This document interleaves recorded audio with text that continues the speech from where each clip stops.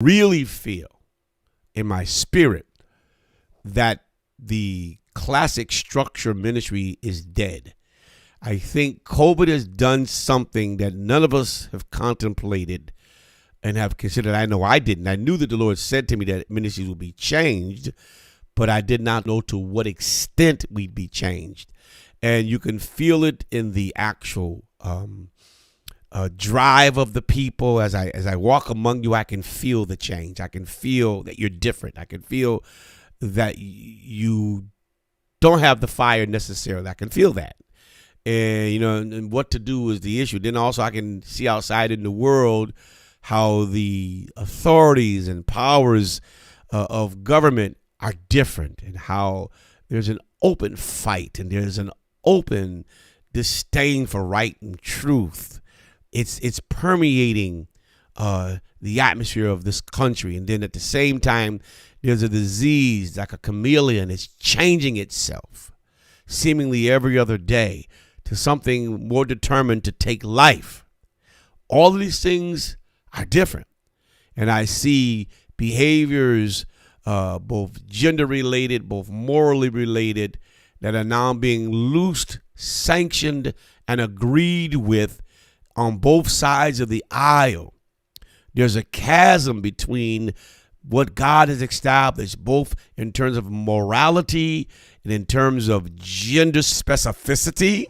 There is a chasm between, and somewhere in the middle is what God had intended. There's the Adam, there's the Eve. It's different. And the thought came to me, what next? And the response is, we're going to have to learn how to fish in dirty waters. And there is the answer. What is the formula? What is going to be the structure, the approach? It's not going to be the way it was. And that is where my prayer and fasting is. And I want years to go there too. How do we fish in dirty waters? I preached that once before, but it's different now. It was before this. I didn't know this was coming. How do we fish in a world where the attitudes and the character and the natures of men on both sides of the political aisle are sanctioned as right and okay?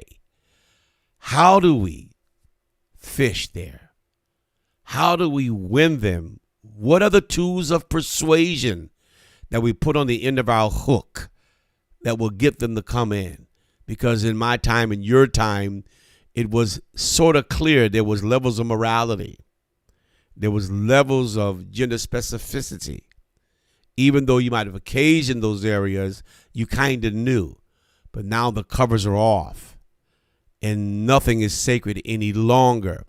Therefore, there is no assist from society.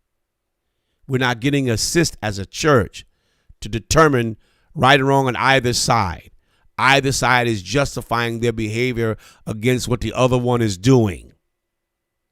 Fishing in dirty waters is going to be a very difficult thing, but we can do it because we can be wise as serpents, harmless as doves. We can do it because he said we would be fishers of men. We can do it because he said we will be witnesses of him. We can do it because he says, you're my disciples. We can do it because he says, if you abide in me and I abide in you, you'll bring forth fruit. We can do it because we're branches, because we're light and salt, and because we're friends. We got to be focused.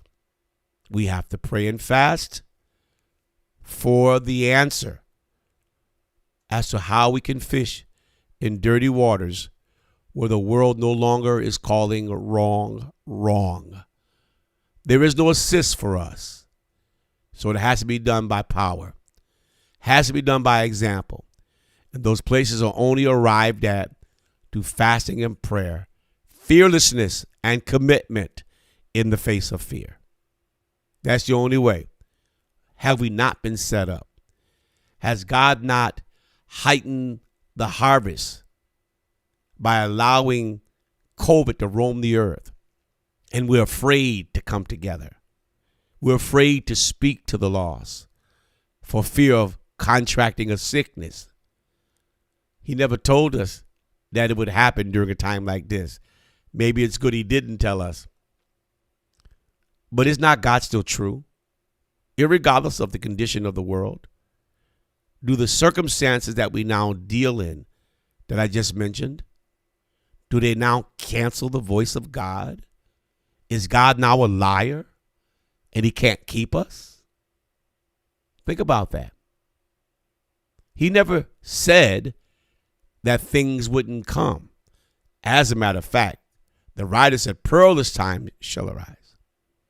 In one place, Jesus says, so much trouble is coming, except those days are ended, even the very elect would be lost.